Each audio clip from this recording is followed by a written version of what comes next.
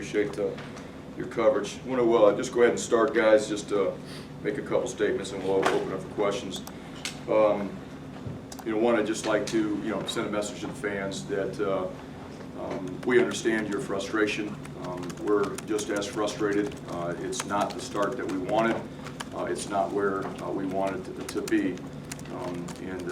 We're going to work really hard to continue to improve and build the program just like that, the way we did when we started. But we do value our fans' support as we do continue to improve and build our program. We are where we are right now today, but it's not where we will be as we continue to go and develop a lot of the young players that we have in our program. We are a young team. We have very few seniors, one of the smallest senior classes probably in the country. And a lot of these young players are continuing to improve as we go, and they will continue to improve as we continue to go. When I look at Saturday's game, really the last 2 weeks, for us to improve and change the results on Saturday, we have to stop beating ourselves. We've had too many mental errors, we've had too many penalties, we've been careless with the football, as it was the case in the Kansas game. You can't do those things and win games, and we have to clean those things up. I, as the head coach, have to get that stuff fixed. We have to get more mental toughness out of our players in this program. Mental toughness to do our job consistently in a game, regardless of the opponent, the location, the score. And Saturday we had some uncharacteristic mistakes for some players that have played really good football around here in the past. My opinion, us as coaches, we need to coach things better, and us as players, we need to play things better, on Saturday. One of the things that we've discussed as a team, I really want a big, strong, physical football team at the line of scrimmage, one that can run the ball, one that can stop the run. We have not been able to do that the last couple of weeks. We need to get that done, and we need to play better at the line of scrimmage on both sides of the ball. Offensively, our pass game needs to improve. We have not had much success on third down here in the last couple of weeks, and we need to get that better. And there's a lot of things that go into it. We've talked about those things in the past. Sometimes the protection is good and the route's not right. Sometimes the route's right and the protection's not good. Sometimes the protection is where it needs to be, the routes are good, and the quarterback holds on to the ball too long. All of those things have to work together for us to improve our pass game, for us to get some explosive plays down the field, for us to be able to convert on third down better as we move forward. Defensively, I truly believe games are won up front and games are lost in the secondary. Right now we're not playing the way we need to up front on the defensive line. And in the secondary last Saturday, we made too many mistakes that cost us explosive plays that hurt us in that football game. We are going to look at what we're doing, how much we're doing, and what we're asking players to do to make sure that we can execute the calls that are made. In my opinion, we don't have too many calls, but for whatever reason, there's been some issues that we can't have and will not have. And we'll continue to work hard to get those things cleaned up. Special teams, I think we have improved. Saturday we gave up a long punt return that obviously we weren't happy with. It hurt us in a critical situation. We have young players all over our special teams units. I think I looked Sunday looking at our punt return team. I think of the 11 starters out there, 10 of them were first or second year players. So we've got a lot of young players. They are getting better. Their technique, their fundamentals, and understanding of what we're asking them to do is getting better. We had Zaire Lacewell, was a new guy, new addition to our kickoff coverage team. Finally ran down there and covered a kick the other day. He did an outstanding job. It's going to increase his opportunities. Really pleased with how that kid has developed and where he's at right now. We're hoping to find some other ways that he can maybe factor in to help our football team, but that's just one example. We talked to our team about this too. Winning will never happen if losing doesn't hurt. And right now we do have a hurt football team, and that's not necessarily a good thing or a bad thing, but if it doesn't hurt when you lose, you'll never end up winning because you haven't committed the way you need to make it happen. Just quickly about Indiana, they're off to a good start, good football team, and we're going to have to play a lot better when they come in to our stadium here on Saturday.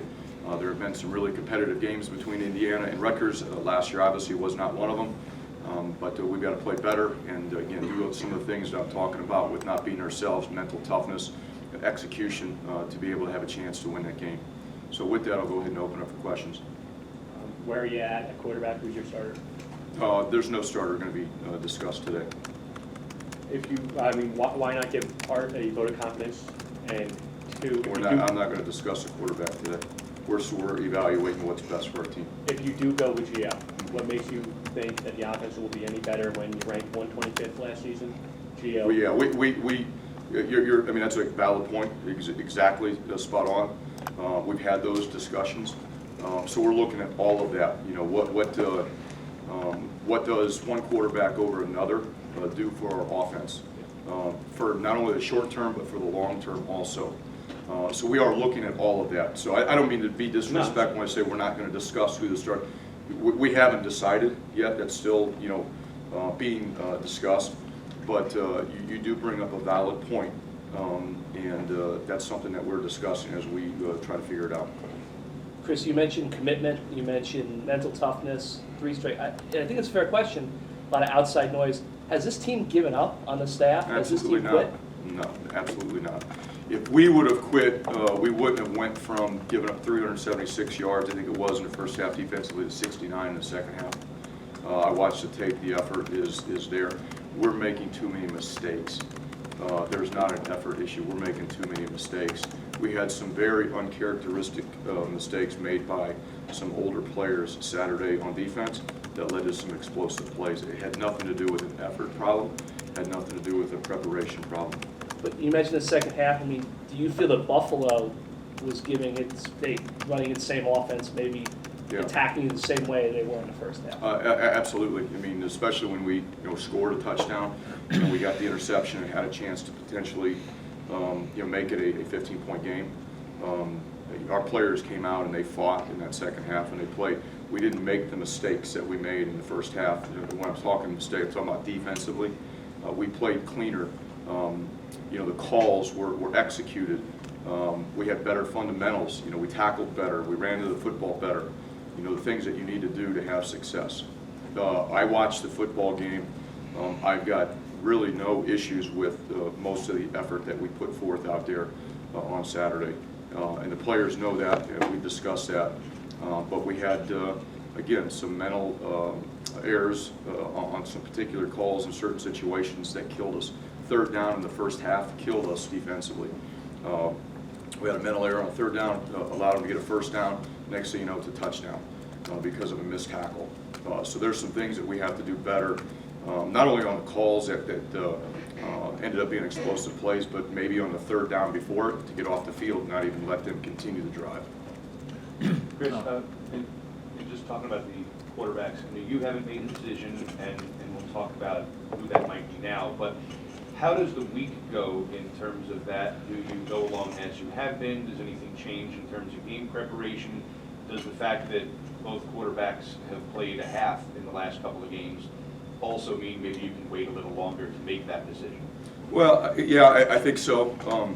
We do have to do a great job of making sure that both quarterbacks are prepared and getting the reps during the week of practice. That's always a challenge because the starter typically gets the majority of the reps. But we have to make sure that both are prepared. And there's a lot of things, whether we go with Art, Gio, both of them get some opportunities to play in games. Those are all on the table and all being discussed as we move forward. And as Keith mentioned, we do go back to the body of work in the past and look at, again, what is best for our football team right now and forward as we move forward. How did Bless come out of surgery, and now that he's past surgery, can you confirm that he is out for the season? Excuse me, yeah. Bless came out of surgery just fine. Thankfully, he got a lot of opinions from several different doctors. He did have to have his ACL reconstructed. When he twisted it up, it strained the ACL graft that he had from last year pretty good.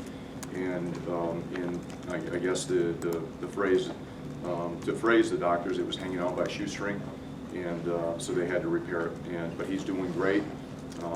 He's handling it great, and he'll work his tail off to try to get back. You mentioned coaches have to coach better, players have to play better. Do you see a shift in any coaching responsibilities, and do you see any potential starting lineup changes? No shift in coaching responsibilities.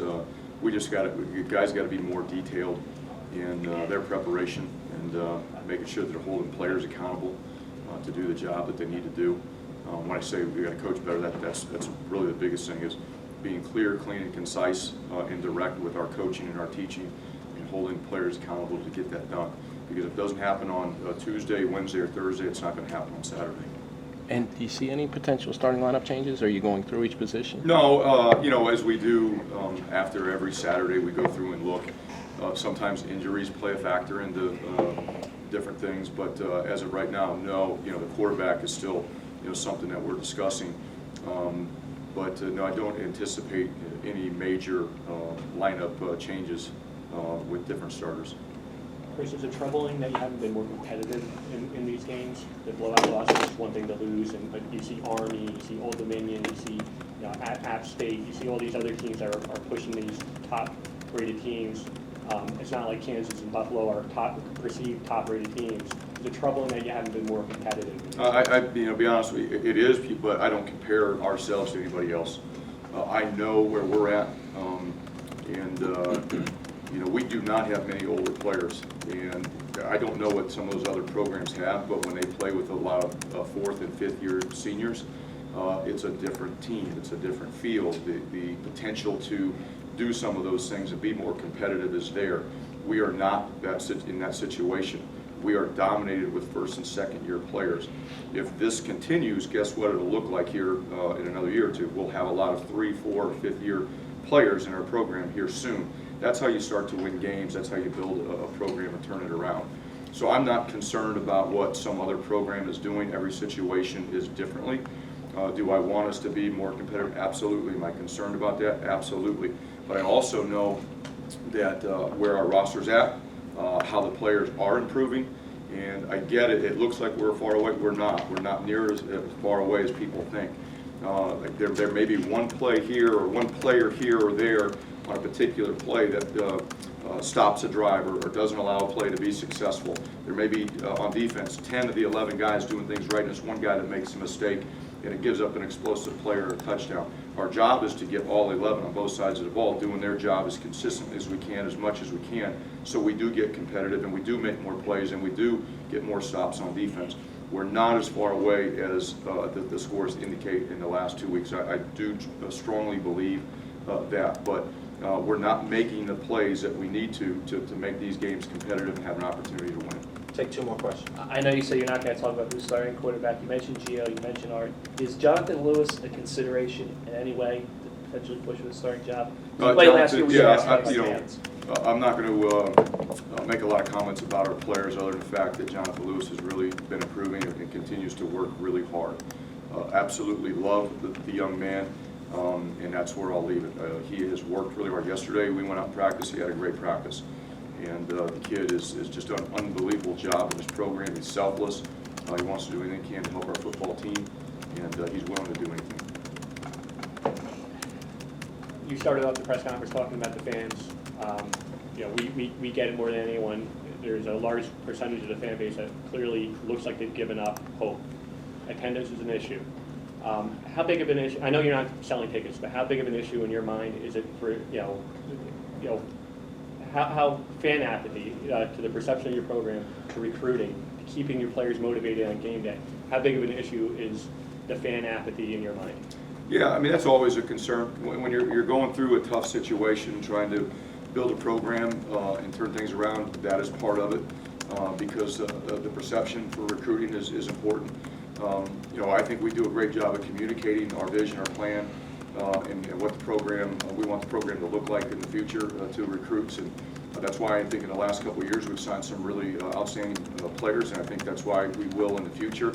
We do want fan support. We do need fan support, but I get their frustration. They want to see us be more competitive. They want to see us win. We will get there, I promise you. Again, I've been through this before. Our roster is really young. If you look at the 2014 and 2015 recruiting classes, I think there were 46 players that were signed. Those guys would be your juniors and seniors. Most of them would be probably in our 4th or 5th year. Of those 46, I think we have 16 players that are still on the roster. We are depleted from an experience standpoint, and that's not an excuse. I'm not going to make any excuses for the mistakes that we have made on Saturday in the last 2 weeks. We have to coach that better, and we've got to execute better. But that's where we're at today. That's not where we will be at in the future. We do, like I mentioned, value our fan support. We need our fan support to help us get through a tough stretch here in this program for not only the current players but for future recruits also. Thanks, Coach. Thank you guys. Thanks, Take care. Chris.